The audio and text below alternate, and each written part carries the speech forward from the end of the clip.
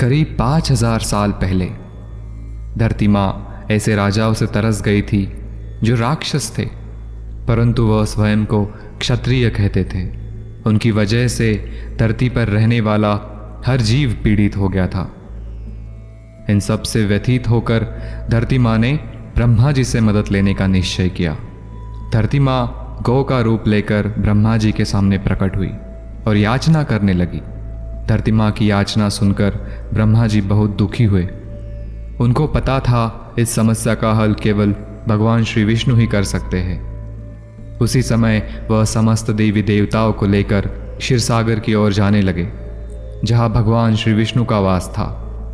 क्षीरसागर के तट पर आकर सभी देव देवता भगवान श्री विष्णु जी की स्तुति करने लगे। भगवान श्री विष्णु को परिस्थिति के बारे में सब पता था, तभी उन्होंने एक देवी संदेश भेजा जिसे केवल ब्रह्मा जी समझ सके।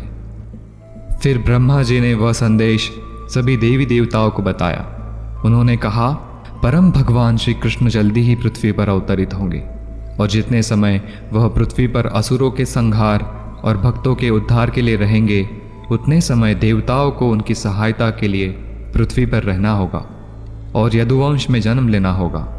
यह सुनकर सभी देवी देवताओं में खुशी की लहर दौड़ गई। उस समय यदुवंश के महाराज उग्रसेन मथुरा पर राज्य कर रहे थे।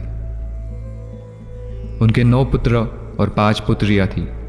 उनमें कंस सबसे बड़ा था। यदुवंश में जन्म लेने के बाद भी कंस में असुरों के लक्षण थे, क्योंकि कंस पूर्व जन्म में कालनेमी नामक राक्षस था।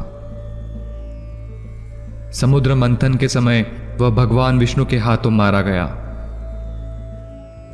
उसी समय शुक्राचार्य जी ने अपनी संजीवनी विद्या के बल से उसे पुनर्जीवित कर दिया था।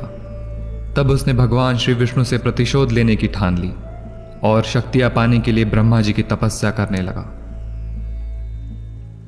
100 साल कठोर तपस्या पश्चात ब्रह्मा जी उस पर प्रसन्न हुए। ब्रह्मा जी ने उसे वर मांगने के लिए कहा। उसने किसी देवी देवता के हाथों ना मरने का वरदान मांगा। उसके साथ साथ ही उसने अनंत शक्ति का वरदान मांगा। तब ब्रह्मा जी बोले, इस जन्म में मैं तुमको यह वर नहीं दे सकता, परंतु अगले जन्म में तुम्हें यह वर जरूर प्राप्त होगा। उसी कालनेमी राक्षस ने कंस के रूप में यदुवंश में जन्म लिया था। उसने दिग्विजय यात्रा में अपनी शक्तियों के बल पर पूतना, बाणासुर, तारकासुर, धेनुकासुर ऐसे अत्यंत शक्तिशाली असुरों को अपना सेवक बनाया था। उसकी क्रूरता के चर्चे समस्त विश्व में फैल चुके थे।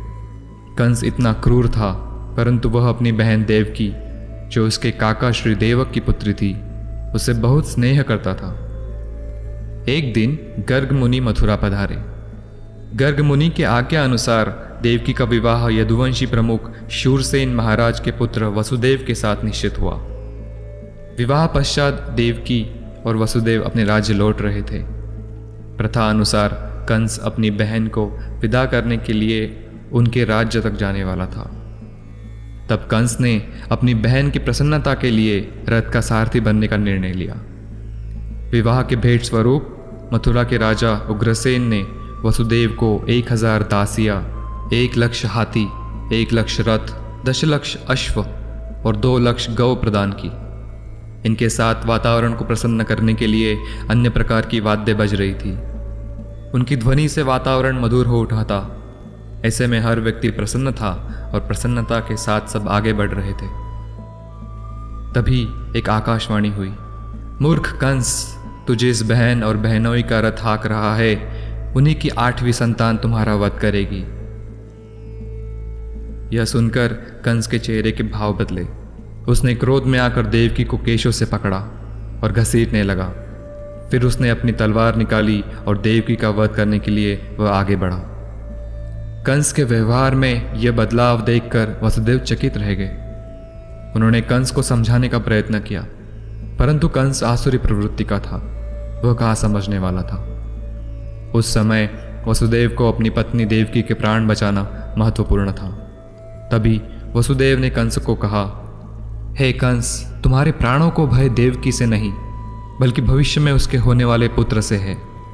मैं तुम्हें वचन देता हूँ, हमारी भविष्य में होने वाली हर एक संतान को मैं तुम्हारे समक्ष प्रस्तुत करूंगा। कंस वसुदेव की वचनबद्धता को जानता था। उसने देवकी के प्राण बख्श दिए और वह उन दोनों को लेकर मथुरा लौट आया। कुछ माह बाद देवकी ने अपने पहले बालक को जन्म दिया। तब वसुदेव अपने दिए हुए वचन की पूर्ति के लिए उस बालक को कंस के पास लेकर गए। वसुदेव की वचनबद्धता को देखकर कंस प्रसन्न हुआ। उसने कहा, हे वसुदेव, आकाशवाणी के अनुसार मेरे प्राणों को भय तुम्हारे होने वाले 8वें पुत्र से है, तो तुम इस पुत्र को ले जाओ।